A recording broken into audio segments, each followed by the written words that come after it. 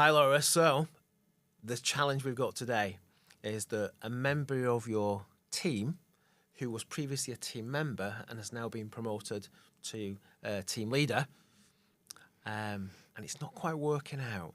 You know, I'm getting a few complaints and a little bit of kind of niggles about how that relationship isn't working out properly. Is that something that you've experienced before? Oh yeah, yes, a few times. Yeah, it can go one of two ways. The newly promoted person can become completely detached from their previous friend and ignore them, Right.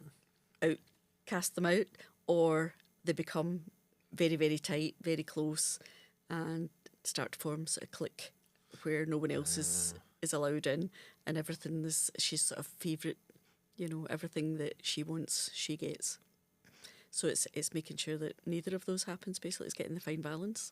And it is, to be fair, it is quite a tricky transition, isn't it? I know it's often classed as the mate to manager transition. It is quite a difficult one, isn't it? And it often happens at, ironically, kind of a more junior level of management as well, when we're maybe not quite as experienced. So it's a very easy set of traps to fall into, isn't it? Very easy to kind of get it wrong. But how would we kind of help that person get it right? What would we need to help them focus on then in order to avoid that mate to manager kind of pitfall, do you think?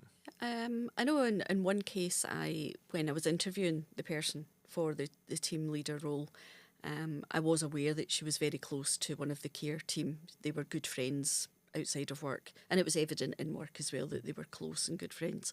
And I actually asked her the question, how will you manage that relationship that you have with your best friend when you're at work and you're having to give her instruction or tell her what to do?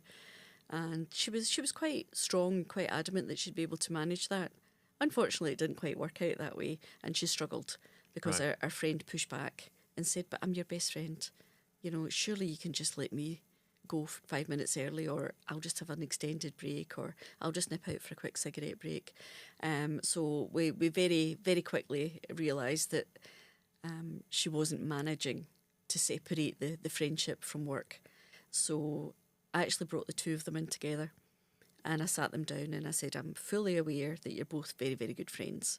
You go on holiday together, etc., etc. However, we need this to be left at the door when you come in the morning and just become colleagues at work. It's having a detrimental effect on the rest of the team and the residents. It's seen as favouritism, and we can't have that because everyone's equal in the team. Sure. There are no favourites. I don't want you to cast her out, so that you never speak to her again, but be professional. And it's about maintaining those boundaries, professional boundaries. Sure. Don't come down too hard on her just because you think that's what you should do. Be fair. And it's about maintaining fairness and equity among all the team. Treat everybody alike." Yeah. So we said we'd see how it went for a week, and things did improve. And yeah, in that situation, it did work out.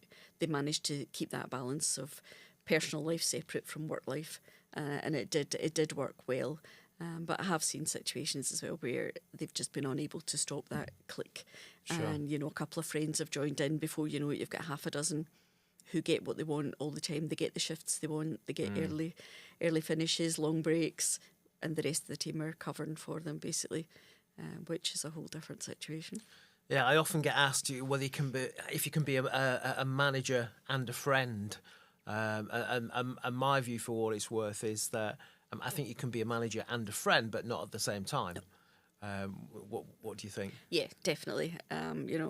One of my stock phrases is I'm here to lead the team and to help you.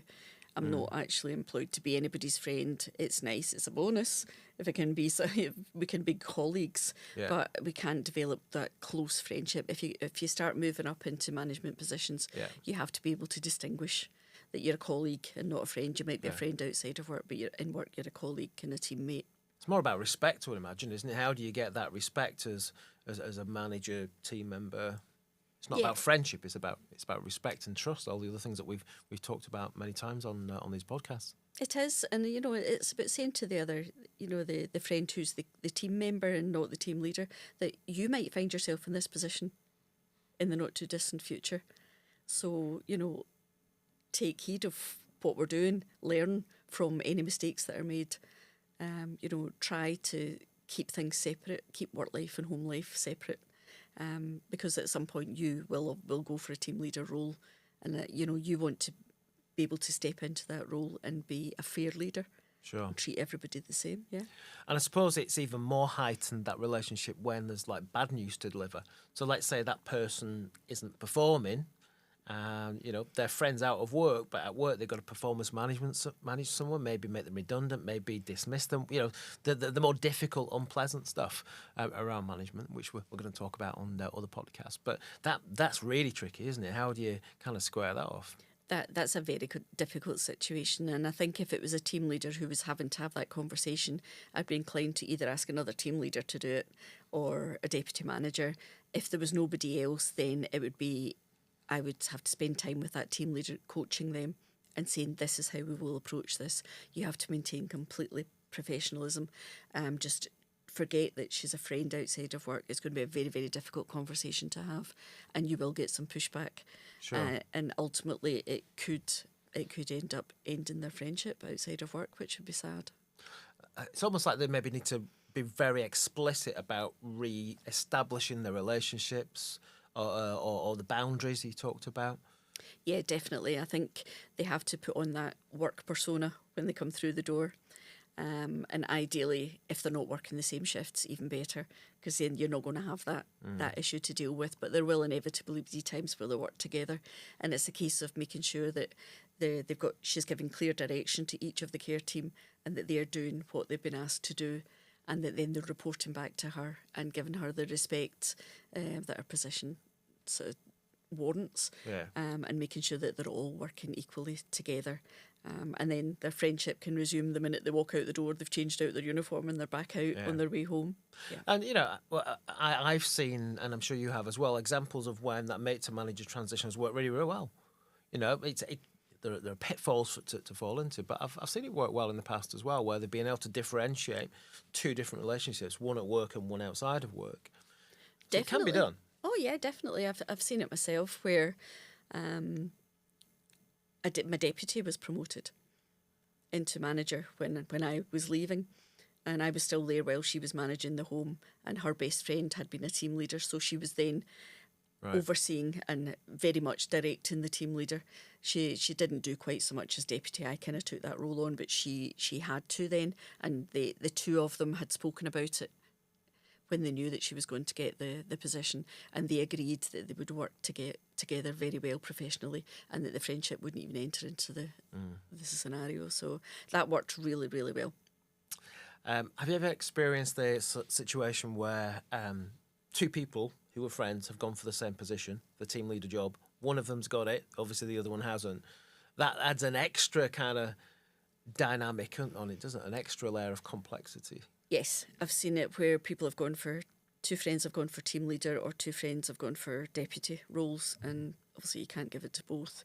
And if you give it to one, they both know they've gone for the same role, and it's a case of explaining the rationale for your decision and saying, it's a purely professional decision, and I would expect that you would maintain that professionalism. Both of them would maintain professionalism and, work well together and work through any difficulties that they might come up against, and I would support them with that.